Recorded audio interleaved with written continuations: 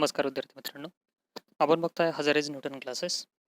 त्यामध्ये 12th सायन्सचा जो आपला फिजिक्स फर्स्ट सब्जेक्ट आहे, त्या सब्जेक्टमधील सेकंड चॅप्टर आपण बघतोय, मेकॅनिकल प्रॉपर्टीज ऑफ फ्लुइड्स.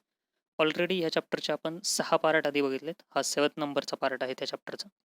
बघा, हजारेज न्यूटन क्लासेसच्या ऑनलाईन सेशन्समध्ये 12th सायन्सचा जो आपला फिजिक्स फर्स्ट सब्जेक्ट आहे, त्यातील मेकॅनिकल प्रॉपर्टीज ऑफ फ्लुइड्स हा चॅप्टर. बघा, ऑलरेडी 6 पार्ट झालेत. त्यातल्या नेक्स्ट पॉईंट जो आहे आपला ह्या चॅप्टरमधील तो बघतोय आपण. नेक्स्ट पॉईंटकडे जायच्या आधी जर कोणी सबस्क्राईब केलेलं नसेल आपल्या चॅनलला तर सबस्क्राईब करा आणि या व्हिडिओला लाईक करा. बघा, नेक्स्ट पॉईंट आहे आपला कॅपिलरी ॲक्शन. आता कॅपिलरी ॲक्शन काय असतं तर त्याआधी कॅपिलरी ट्यूब कशाला म्हणायचं किंवा कॅपिलरी काय ते आपण बघू. त्यासाठी फर्स्ट पॉईंट बघा, a tube having very fine bore near about किंवा approximately 1 mm and open at both ends is called capillary tube. बघा, अशी ट्यूब असते ज्याचा जो बोर इन शॉर्ट किंवा बोरलाच डायमीटर म्हणतो आपण. मग जो डायमीटर आहे त्या ट्यूबचा तो खूप फाईन असतो, व्हेरी फाईन, खूप कमी असतो, किती जवळजवळ 1 mm and open at both ends, आणि दोन्ही एंडला ही कॅपिलरी ओपन असते. दोन्ही एंडला त्याला म्हणतो आपण कॅपिलरी ट्यूब. बघा, अशी दाखवता येईल आपल्याला एक कॅपिलरी ट्यूब आणि याचा हा जो डायमीटर आहे तो किती आहे, नियर अबाउट 1 mm. त्यानंतर if one end of capillary tube is dip in a liquid which partially or completely wets.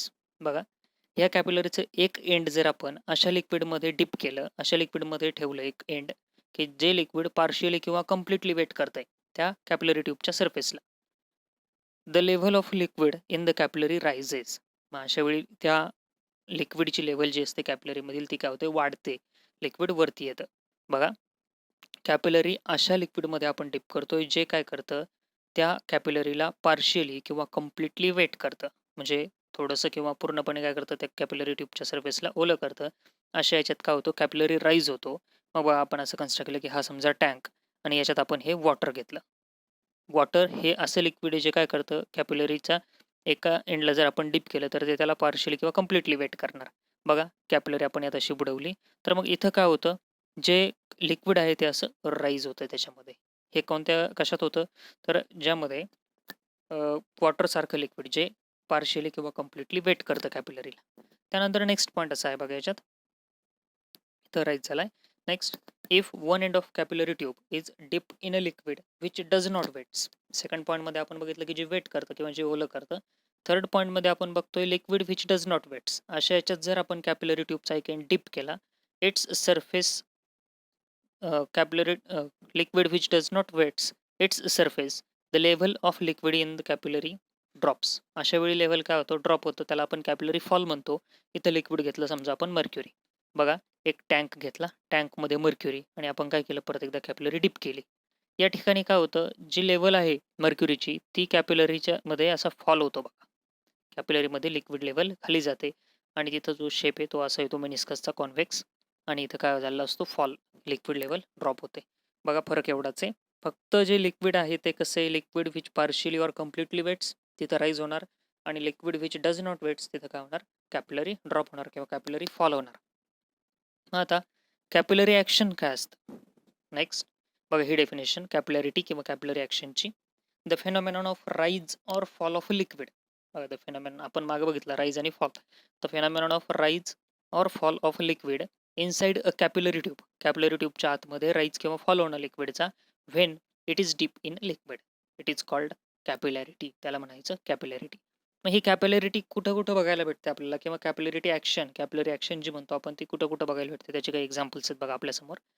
First example आहे, oil rises up the wick of lamp.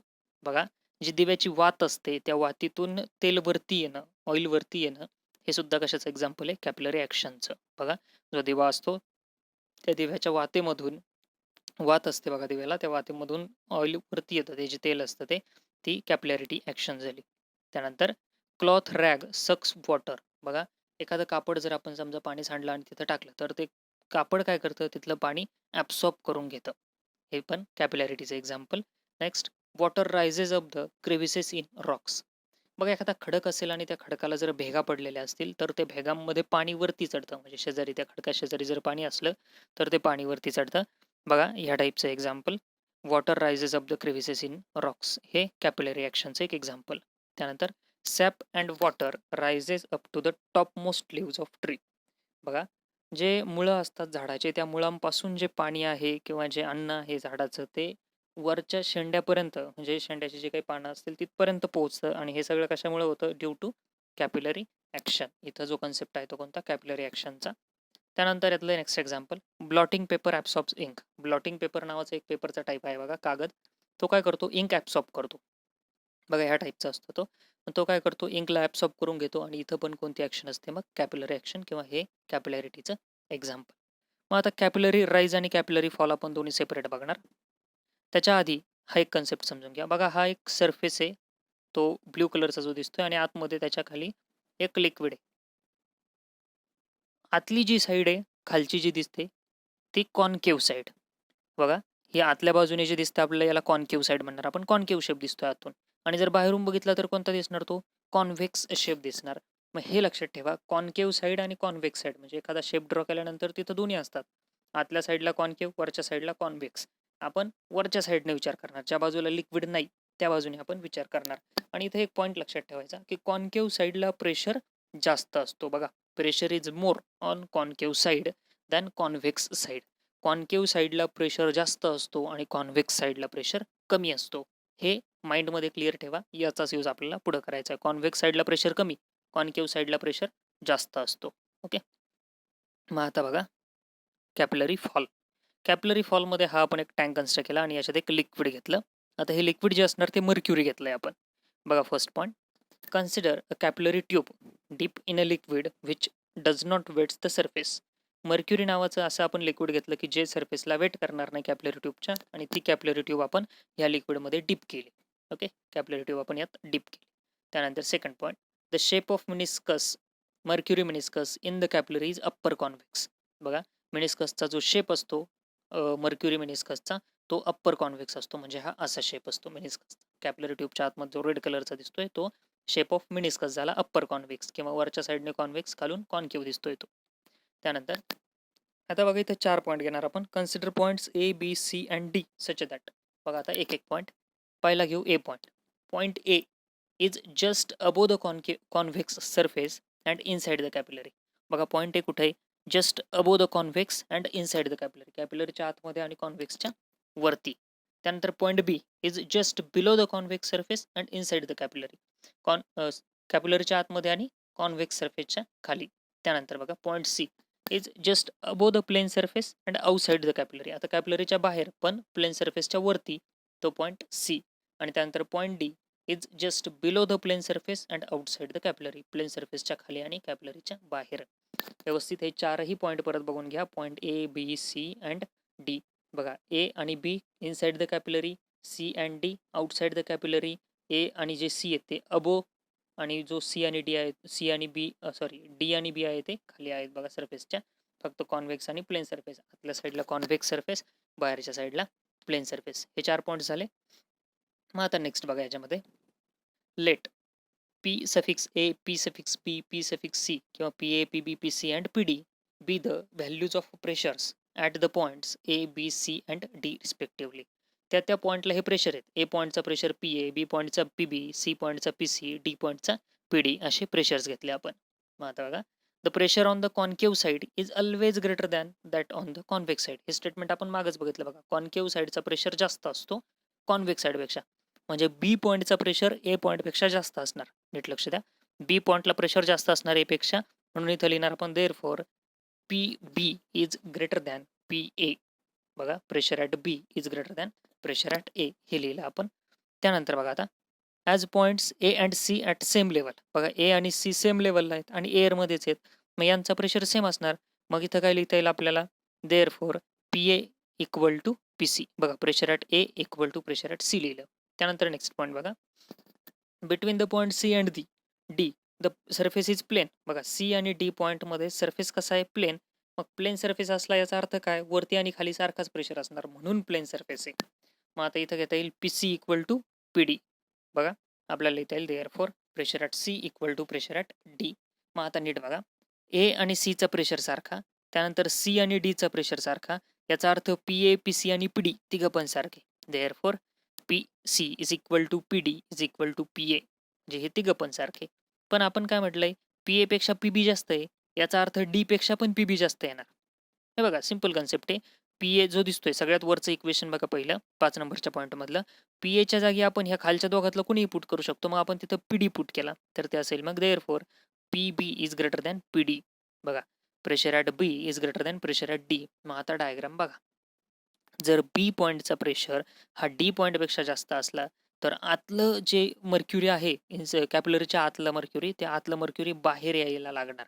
बाहेर म्हणजे त्याच्यातून बाहेर येणार ते कॅपिलरीमधून, कुठून खालच्या बाजूने. का? कारण प्रेशर सेम करायचं आहे, त्याला प्रेशर मेंटेन करायचं आहे. बघा हा point. But the points B and D are at same horizontal level. B आणि D same horizontal level. Thus in order to maintain the same pressure, मग सेम हॉरिझॉन्टल लेवलला असल्यामुळं मेंटेन काय करावं लागणार त्यांना, सेम प्रेशर मेंटेन करावं लागणार.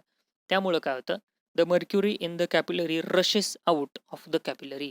मर्क्युरीच्या आतली कॅपिलरी खालच्या बाजूने बाहेर यायला सुरुवात होते आणि मग बाहेर आल्यामुळं काय होतं, कॅपिलरी फॉल होतो म्हणजे ड्रॉप होते. बघा तिथे लेवल बघा, because of this there is drop in the level of mercury inside the capillary. परत एकदा बघा, आता हे असं आपले होते, हे समजा पॉईंट सगळे, हा इथं सी डी इकडं ए आणि बी आतमध्ये.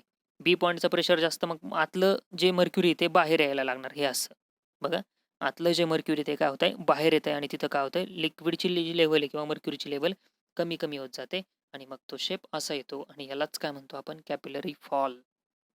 क्लिअर झाला या पॉईंट, कॅपिलरी फॉल. आता नेक्स्ट आपण बघणार आहोत लगेच कॅपिलरी राईज. बघा बुकमध्ये कॅपिलरी राईजचं एक्सप्लेनेशन दिलेलं नाही. आपण फक्त आता पटकन मागच्या पॉईंट सारखं कन्सिडर करू. एक टँक, कॅपिलरी राईजमध्ये एक लिक्विड. आता हे वॉटर घेतलं आपण. बघा, consider capillary tube dip in a liquid which wets the surface. आता हे काय करतंय, सरफेसला वेट करतंय आणि लिक्विड घेतलं आपण वॉटर.